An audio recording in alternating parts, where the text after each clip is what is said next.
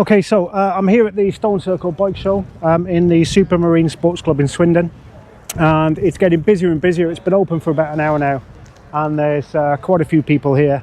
Apologies if I'm a bit close to the camera, but the camera's fitted to my helmet. So there's loads of stands here, there's loads of people here, and there's loads of custom and classic bikes of all ages, all shapes, all sizes. I'm sort of stood away from the crowd, but the majority of the crowd is over there. There's a few stands that are selling gear. There's a few people promoting their brands. We've also got Mental Health Motorbike, which is a free motorbike support group, which goes nationwide.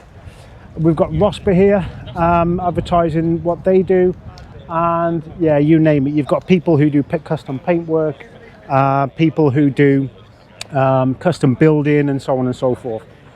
So it's the Stone Circle Bike Show. I almost forget what I was going to say there. Stone Circle Bike Show at the Supermarine Club here in Swindon, and this happens every year, I believe. So yeah, I've got also Annabelle, who's over there with her father. You can just see the race van with the leathers hanging up there. So Annabelle's here. She's got her GSXR 125 here as well that she races. So I had a brief chat with her about 20 minutes ago, and I'm going to go and just chat to her dad as well. And Annabelle will be on the podcast very, very soon, in the next few weeks, hopefully.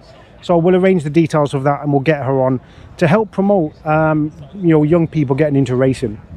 So yeah, the Stone Circle Bike Show, folks. Okay, so I've just been to the Stone Circle Bike Show at the Supermarine Club in Swindon, and it's quite a small scale show really, but it's good to see, people just enjoying their bikes. Forgot what show I was going to go then. Yeah, it's great to see people just enjoying their bikes. Met up again with Annabelle McCarthy, who I had a chat with her and her dad, and we will sort out the details pretty soon to get her onto the onto the podcast, and that would be great for her to promote what it's like for young people to get into racing, especially young females. So I'm really looking forward to having her on the podcast. So I thought I'd give this microphone another test, because I've been playing around with the position of the microphone. I had it tucked into my behind my cheek pad, next to my cheek at the side, and it was okay at slow speeds, but as soon as it got any wind noise, it just completely blocked out the voice. Just trying to scrub all this dust off my tyres from being parked up in the gravel. And so I've just moved it forward a little bit, so it's a little bit closer to my mouth, but not right in front of my mouth. It's a bit of a pain to get it positioned correctly. The microphone setup, I'll do a video when I get home at some point of exactly what I did, but just in a nutshell, because I did mention before that on a video that I bought some DJI mics, and those are fantastic mics. The reason I bought them was to use them for other things like podcasts and chatting to people. I didn't buy them with the intention of using them for this purpose, for chatting to you, like doing moto vlogs, riding videos. And what I discovered was, even though the microphones were pretty good, they were pretty good, it was quite limited really, because there's not many places I can actually put the microphone inside my helmet. So even though the DJI mini mics are really small, and they are really small,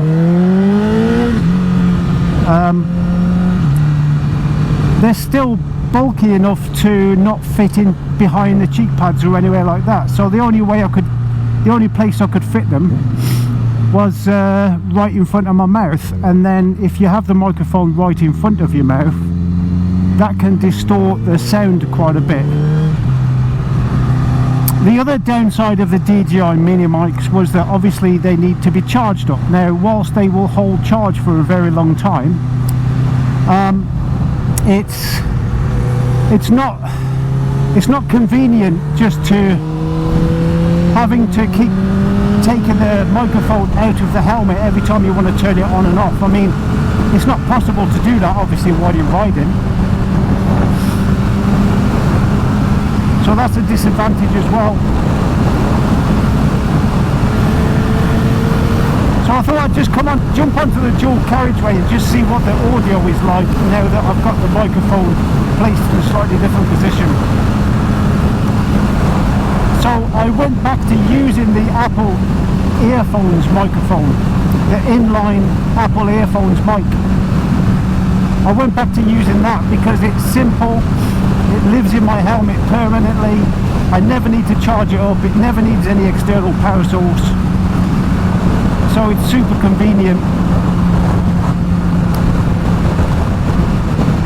And whilst the quality is not fantastic, like it's not the best in the world, it's okay. And I'm hoping I can get the microphone positioned in such a way where it's good enough, you know, so I can do many more moto vlogs.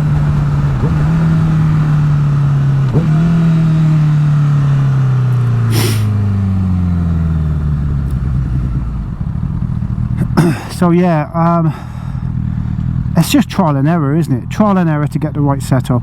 But once I'll be there, once I get the right setup, I'll be there.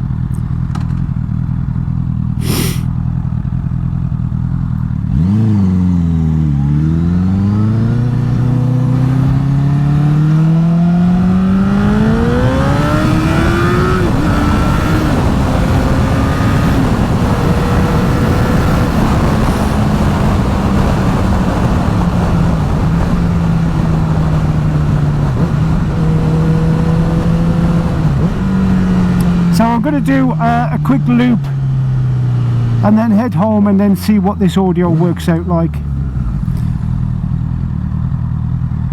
But for now, again, so I'm talking quite low now. Earlier on I was raising my voice a little bit and I think part of that is to raise my voice so that I can hear myself, and but I don't know how much that distorts the sound, so I'm talking quite quiet now. The microphone is placed just inside the edge of the cheek pad on the right hand side, so it's not directly in front of my mouth, but I'm hoping that it's okay. I'm hoping it's okay now, and I'm hoping it's okay whilst I'm out in the wind, so we'll soon see.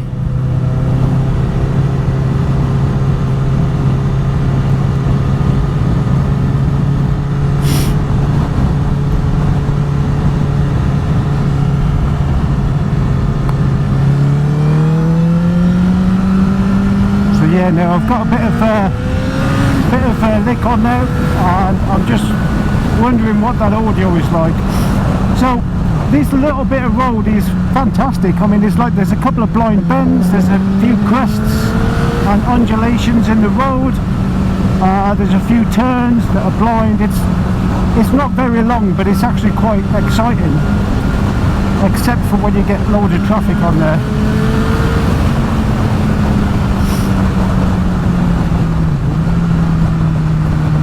No need for you to brake so much. You're in a car doing fucking 40 odd miles an hour.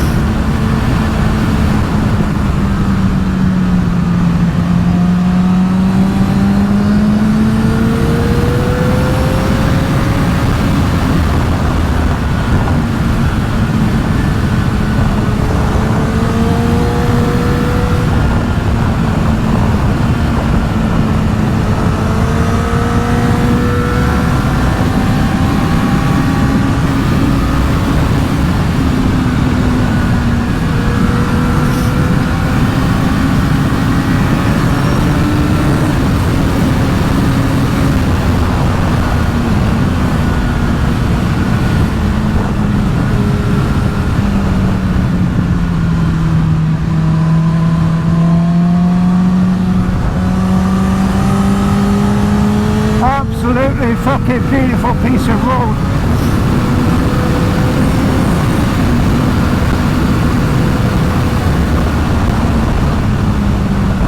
Doesn't last very long, but it's fun. It's a lot of fun. That is a lot of fun. I stayed quite into the left on that last left-hander there, and normally you would move out a little bit more to the right, but I've seen cars in the past come from the opposite direction and they come over that white line, so on that corner particularly I normally tend to stay a little bit closer to the left. It does restrict your vision a little bit, but yeah, there's no right and wrong answer for every situation. But anyway, that's a little bit of a blast. Hopefully the audio is good.